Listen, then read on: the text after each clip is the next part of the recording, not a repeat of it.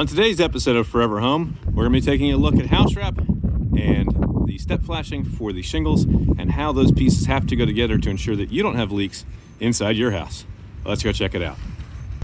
So one of the things that the customer pointed out to us when they were looking at this job originally was some of the water stains that had happened in the rooms below where the second story gable wall met the first story roof line, and that they had had some problems and that they had the roofer come in, and when they replaced the roof they didn't have any problems since, but they wanted us to check it out. And I just want to show you some of what had previously occurred, and what we found is we stripped off the siding here. So if you look at the house wrap, you know that the siding's not waterproof. Water gets behind it, comes down. Well, here at the top we can see that it's short of the J channel that's on the roof, and it's short of the step flashing that's there for the shingles. And then we come down here and it actually gets worse. As we make our way down the roof, here they have it reverse lapped. They have the house wrap behind the step flashing here. This house wrap needs to be in front of that step flashing, so any water that comes down comes out onto the roof. The way it is now, that's going to run right down behind and right down into your home, and that's not what you want. So this house wrap has to come out, has to be pulled out in front of what's here, and then once it's out in front of what's here, then the water that comes down is going to get shed. And it's that simple piece of making sure that you don't have items that are reverse layered that makes such a huge deal in making sure that things stay watertight. And so here you can see down at the bottom where this piece has been folded, same thing, it's run down behind, right? And it's stuck in there, it's folded, and you can see all this debris where water's been catching in there over time. Now thankfully it's venting out at the bottom and it was on top of things, but you really want to make sure that when you put this together that you've got the layers right, because otherwise you're going to wind up with leaks in the future, because you know that moisture is going to get back here, and when it does, it's going to go to the bottom. And when it goes to the bottom, do you want it behind that step flashing going into your house, or in front of that step flashing and coming out onto the roof? Obvious answer, in front of the step flashing coming out into the roof. So we'll show you a little video of where we're taping the old 𝗗𝘂𝘀 down onto the step flashing, and then what we're doing now is we're going to install a new piece of 𝗗𝘂𝘀 over everything. Again, we want to make sure that any water that comes down winds up in front of that step flashing. So that's the part of the process that we're working on right here. So we're getting this piece nailed up, and then once that's nailed up, one of the next steps is going to come along and slice that so it's the right distance, so it's covering all those pieces of step flashing.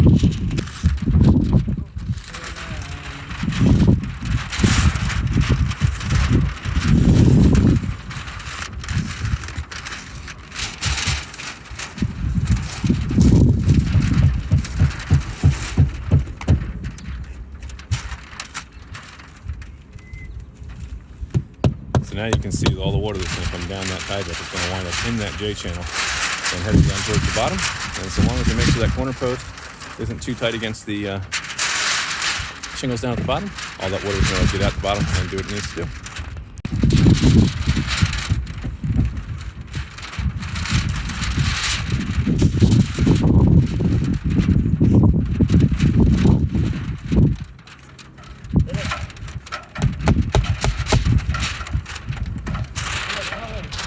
Here we completely eliminated all the showing step flashing, all everything that was visible before where the previous crew left that house wrap too high.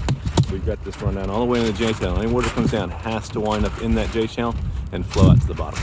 And so if we look down here on the other side, you can see what it looks like once that siding is finished and it's run across. So we've got, of course, the rest of the house to bring up, but we got to get this detail work completed first.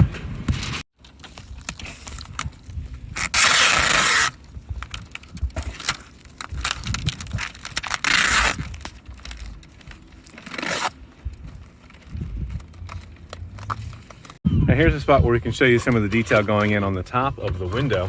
So we've taken the house wrap, we've sliced it, okay, that's up above here.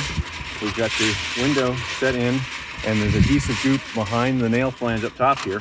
That's stuck to the OSB. Then we've got our flashing tape on top of that, and then the house wrap above the window gets layered down on top, and that's going to drop behind this J channel here, okay? So any water that comes down comes out. The next step, actually before this goes in, is going to be a piece of drip cap. Metal drip cap is going to get bent, and we've shown you that after the fact on the other windows, and that's going to go under, again, this piece of house wrap here.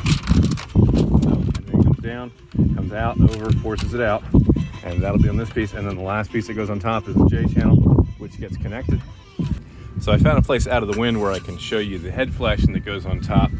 So you see up here on top of this window, there's this piece of metal that sticks out the edge. So what that looks like is this simple piece right here. And that sits up against the OSB, comes down over the top of the window, and then out. And of course the house wrap winds up in front of that.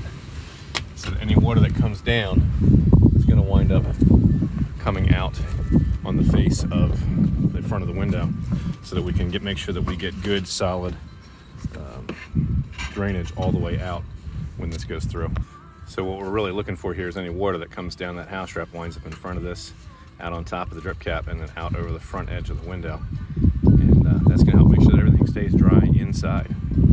Now, of course, all this does depend on gravity continuing to work, and that water will continue to flow downhill. If you had a situation where water was able to some reason get up and underneath that, then yeah, you might get a leak down a window situation. Probably not much of an issue, but up on the roof, then we talk about roof dams and ice dams.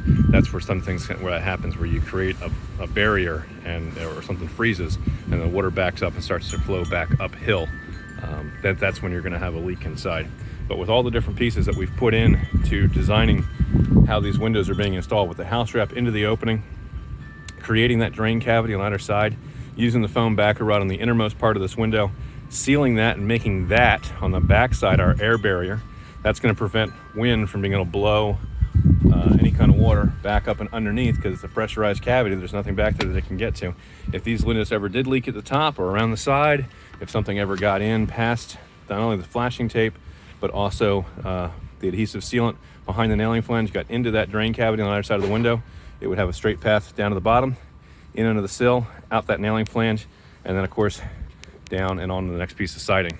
And any water that gets in the J channel here is going to come down. If it happens to get behind here, it's going to land on that piece of metal, and it's going to wind up on top of the nailer of the next piece of siding. So absolutely critical that you get the details right when you're taking care of flashing, your penetrations, your openings, your doors, your windows, anything that comes to the house. And the principle is the same, whether you're doing a pipe collar or a dryer vent or a window or a door. The concept is always the same. Water flows downhill. Make sure you're constantly moving that water to the outermost layers as you go. So I'll take you back out front here. You can see that center section getting done and looking beautiful up to the middle there. Windy, windy, windy day here in New London, Pennsylvania. It's everything we can do to keep the siding on the house right now as we're trying to get things up and down. Once we get the nailed in place, everything's gonna be beautiful, but getting it there is a bit of a challenge here today. So making good progress, getting things done. The last thing we had to do is this final second floor gable wall up over here on this end of the house. And once that's finished, we got some cleanup to do, and then a little bit of detail work to work on. And we're getting things done.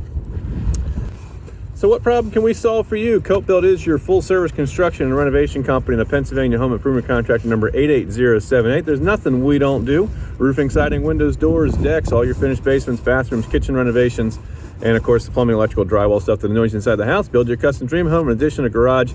I have a dedicated office staff standing by to answer your calls weekdays 9:30 in the morning until 2 in the afternoon at 484-748-0008. Choose option 2 for Cope Construction and Renovation, extension 2 for new projects, and our team will be happy to assist you. Of course, the fastest way to reach us is through Facebook Messenger on our business page. Go up to our cover photo, click on Contact Us, and send our team a message. Take a couple pictures around your house or whatever problems going on that you have. Send those to our team. We'll get you a quick virtual estimate that way. If you're watching on YouTube, mash that subscribe button, click that notifications bell so that you're getting all sorts of helpful tips from us that you can use as you're educating yourself, as you're screening a contractor, and trying to figure out who you want to hire for your house and to get some tips for how to do things around your place. I'm going to get out of here before the wind blows me away. Remember, when we're finished with your project, you'll be proud to say it's not just done. It was Cope, but we'll catch you guys on another episode of Forever Home. Bye for now.